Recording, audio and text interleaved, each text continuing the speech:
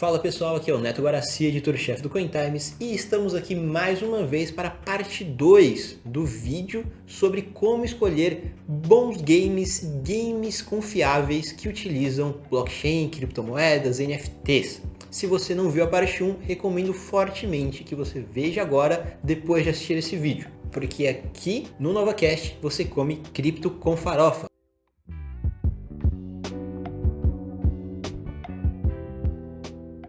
Bom, nesse vídeo especificamente nós vamos falar sobre tokenomics, ou seja, a economia por trás de determinado token, de determinada criptomoeda dentro especificamente de um game. Você pode estar se perguntando, por que existiria uma economia, um estudo de economia dentro de jogos? Bom, o que acontece? Antigamente, antes do surgimento do Bitcoin e das criptomoedas, você até tinha jogos que realmente davam muito dinheiro. Então, por exemplo, World of Warcraft. Você tinha fazendas, inclusive eu acho que hoje ainda elas existem, de pessoas na China que ficavam farmando, ou seja, que ficavam matando bonequinhos, NPCs, robozinhos do próprio jogo para ganhar a moeda e vender para outros players fora do game. Em outras palavras, algumas pessoas trocavam o seu tempo, ganhavam a moeda do jogo e vendiam para algumas pessoas que não tinham tempo. Então, essa ideia de ter uma economia por trás de um jogo, ela não é nova. Ela é antiga, você tinha ela em jogos como EVE Online, World of Warcraft,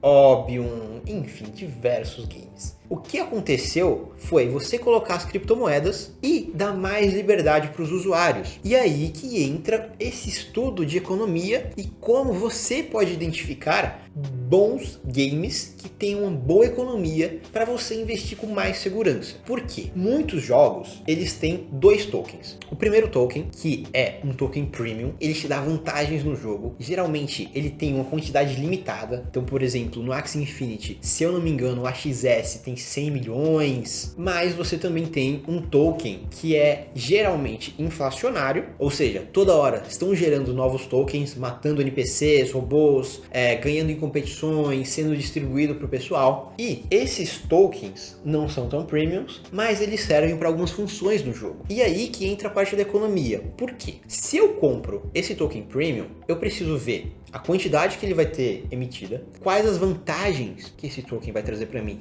tanto dentro do jogo quanto fora dele. Porque existe atualmente o mercado de DeFi, que são finanças descentralizadas, ou seja, você não precisa de um banco, você não precisa mais de uma casa de exchange para fazer um empréstimo, para emitir uma moeda, para fazer diversas transações. E esses games estão se aproveitando desse mercado de DeFi para incluí-los dentro da economia dos jogos. Então eu posso ter uma maneira nova de retirar os tokens do mercado, fazendo staking desse criptoativo, desse token de game. A pessoa deixa o token paralisado por um determinado tempo e ganha alguns juros, seja ele muito alto ou muito baixo. E aí também vale a pena olhar isso, porque muitas vezes esses jogos pagam juros muito altos nesses DeFis, nesses stakings. É como se você estivesse colocando dinheiro no banco e o banco estivesse te pagando 100% ao ano ou 100% ao dia. O que vai acontecer é que se ele está te pagando muito, esses tokens uma hora vão parar no mercado. E isso pode futuramente fazer com que o token despenque. Então você tem que ficar de olho nesses padrões. Se o jogo está prometendo muito token para você, ele está prometendo muito token, muito criptoativo para outra pessoa também. E aí, nessa questão inflacionária, que é a geração de novos tokens, você tem que olhar o outro lado, que é a queima deles. Então, quando você vai ler o white paper, que eu expliquei como olhar no vídeo passado, você precisa observar aonde que esses tokens vão ser queimados. Então, por exemplo, no Axie Infinity, o SLP, que é um token inflacionário, ele não tem um limite finito e a todo momento que você farma, a todo momento que você luta e ganha um jogo, você ganha SLP automaticamente. Ele só era utilizado para bridar os personagens, ou seja, criar novos Axies, novos NFTs. E depois de um tempo, o preço acabou despencando, porque as pessoas estavam criando novos Axies para conseguir mais SLP e esses SLPs pararam de ser queimados com esses novos Axies. As pessoas criaram grandes times e agora queriam lucrar com esses times. Mas quem do outro lado está comprando esses tokens? São as pessoas que querem fazer mais times de uma forma mais rápida. Se você não tem uma demanda para a criação de outros times, você tem uma demanda vendedora muito alta, e quando tem muitas coisas, muitos produtos no mercado e pouca demanda, o preço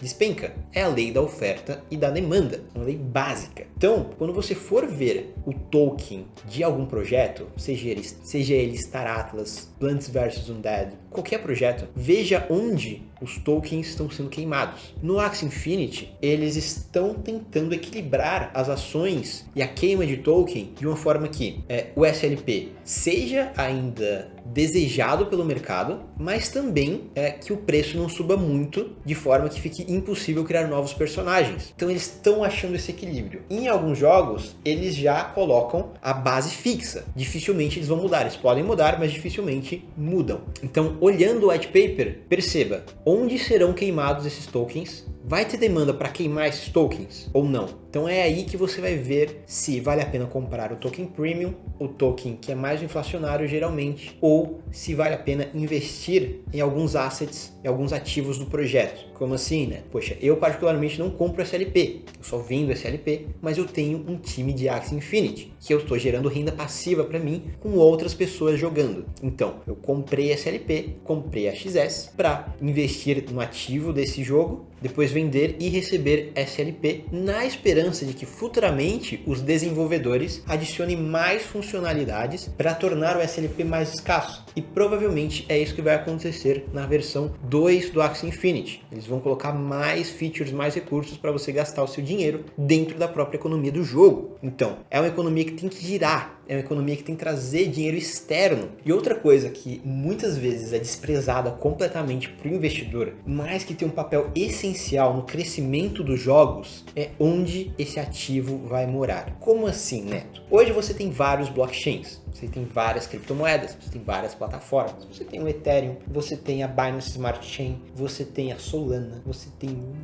vários, milhares. E por que isso é importante? O Axie Infinity, no começo, teve um problema muito sério de crescimento. O token do Axie estava no blockchain do Ethereum. Esse blockchain é conhecido atualmente pelas altas taxas. E isso é uma barreira de entrada para os novos jogadores. Então, eles tiveram que criar uma segunda camada para fazer transações, que é a Ronin, que inclusive vai criar uma moeda própria futuramente. Então, se você tem um token nesse blockchain que está dando problema, nesse blockchain com taxas muito altas, é bom começar ali a pensar, poxa, talvez esse game tenha um problema de adoção futura. Então o tokenomics dele já começa a ser afetado. Eu preferiria um token na BSC, da Binance Smart Chain, que as taxas são mais baratas. Talvez na Solana, mas a Solana começou a dar problema. Teve alguns problemas de software que eles pararam a rede por horas, né? Então, poxa, tem que ficar de olho também. Talvez projetos na sidechain do Bitcoin seja interessante, porque o Bitcoin é o maior criptoativo, ele movimenta muito dinheiro. Agora, se você tem esse token, um ativo, utilizando um blockchain que não é muito conhecido,